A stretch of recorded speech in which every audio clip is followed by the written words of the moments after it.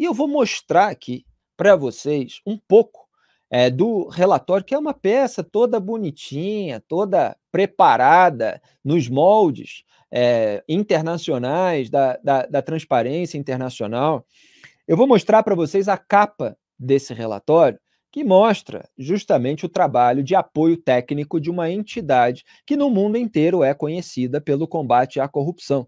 Então você tem lá um livreto, uma apostila, Governança de Recursos Compensatórios em Casos de Corrupção, Guia de Boas Práticas para Promover a Reparação de Danos à Sociedade.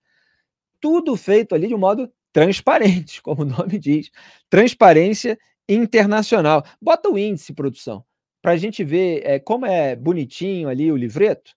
Olha só, tem lá o índice com tudo arrumadinho. Se puder ampliar um pouquinho o texto. Então tem lá introdução, investimento social e a filantropia no Brasil, boas práticas de governança. Aí tem lá um monte de subitens falando de código de ética, due diligence, política de conflito de interesse, de proteção, blá, blá, blá. Boas práticas de transparência e accountability, sustentabilidade financeira. Aí você tem o anexo 1, sobre principais fundos de financiamento, fundos criados, fundos de reparação, proteção do meio ambiente.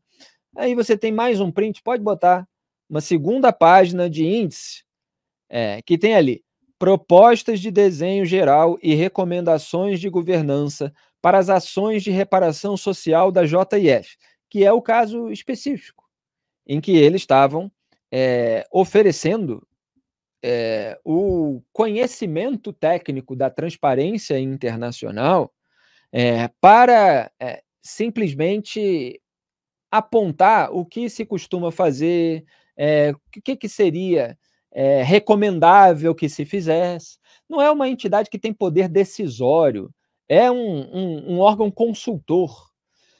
Então tem lá o item apresentação e contexto, tem princípios, objetivos e abordagens gerais, a iniciativa de integridade e cidadania e seu significado, implementação incremental do modelo de governança da iniciativa de integridade e cidadania, projeção dos aportes e perenidade, perfil dos entrevistados, depois bibliografia, todo um livrinho bonitinho.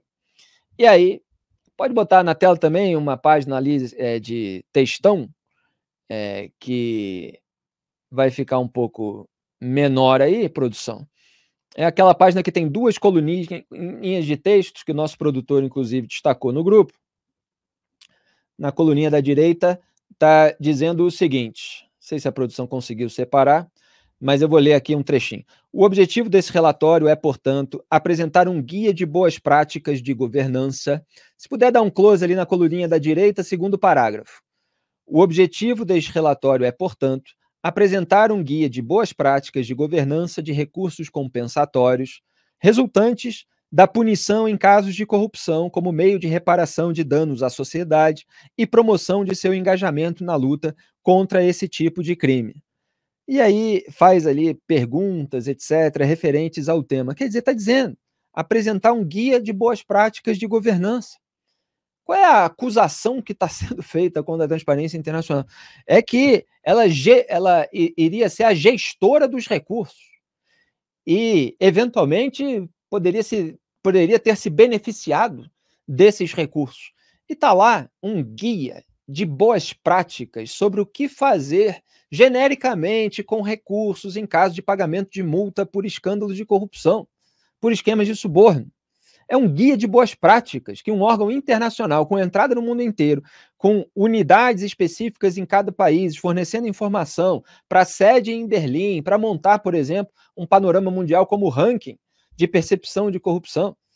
É isso que a Transparência Internacional estava fazendo. Aí eles tentam criar toda uma narrativa para justificar o que eles próprios andam fazendo para aliviar a barra daqueles que confessaram os seus crimes. Quer dizer, eles querem deixar todo mundo impune e não querem que ninguém perceba. E aí vem um órgão que tem uma influência no mundo e percebe, nota, repercute, quer dizer, não se comporta como esses porta-vozes do sistema na TV, e aí vem uma retaliação.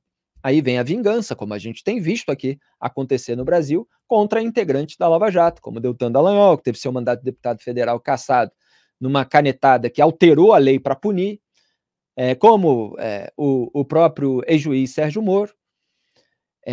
Então, esse é o contexto, né? E para completar, só queria citar aqui na ordem aí de todos esses elementos, o meu próprio tweet de hoje mais cedo, que eu fiquei de falar do Augusto Aras. Então, para mostrar que o sistemão é todo unido, a gente aponta, evidentemente, que o Dias Toffoli foi nomeado para o STF pelo Lula, que o Dias Toffoli quer o carinho do Lula, que teria ficado magoado depois que não pôde ir ao velório do irmão. Agora, a gente tem que apontar a colaboração do outro lado também, a colaboração do bolsonarismo com o lulismo. Quem pariu a fake news de Toffoli contra a transparência internacional? Como eu acabei de mostrar, Augusto Aras. E foi refutado pela subprocuradora Samantha Dobrovsky. Quem o indicou à PGR, o Aras? Bolsonaro. Jair Bolsonaro foi quem colocou o Augusto Aras na PGR quando percebeu, em 2019, que não poderia contar com seu então ministro Sérgio Moro para tentar aliviar a barra da família, porque Flávio Bolsonaro estava sendo investigado, alvo de denúncia do Ministério Público do Rio. Quem elogiou Aras, falando que ele era nota 7 para cima? Foi a claque bolsonarista. Esses propagandistas de rede social que mantêm algumas pessoas, que é lamentável ter que dizer isso, mas são usadas como massa de manobra numa bolha de realidade paralela, que não é a realidade, é um mundo paralelo. Eles não sabem o que essas pessoas fazem na prática. Eles mantêm aquelas pessoas acreditando simplesmente na retórica e nas narrativas, inclusive contra nós, jornalistas independentes, que estamos ligados no que os políticos fazem, não só no que eles dizem. Pode continuar com o tweet, produção. E aí, quem extinguiu a Lava Jato? Jair Bolsonaro e Augusto Aras. Bolsonaro colocou o Aras lá para isso, o Aras fez isso e o Jair Bolsonaro disse publicamente, a gente pode até resgatar o vídeo, eu acabei com a Lava Jato. E aí tentou fazer ali uma de bonzinho, né? Porque não tem mais corrupção nesse governo.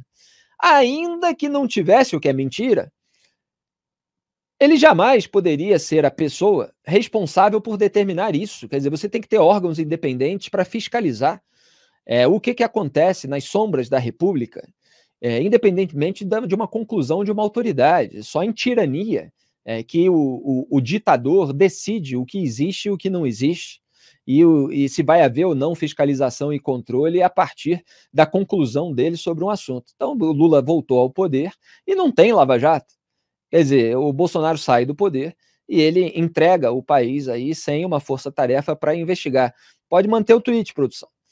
E só para concluir, quem poupou Dias Toffoli da CPI da Lava Toga? Jair Bolsonaro e Flávio Bolsonaro, que ligaram para os três senadores do seu então partido, o Major Olímpio, Selma Arruda e Soraya Tronic, para falar palavrões, para exigir a retirada de assinaturas. Eles acabaram peitando, não retiraram, mas eles pressionaram outros parlamentares que acabaram retirando a assinatura quando já havia o mínimo necessário para a instalação da CPI da Lava Toga.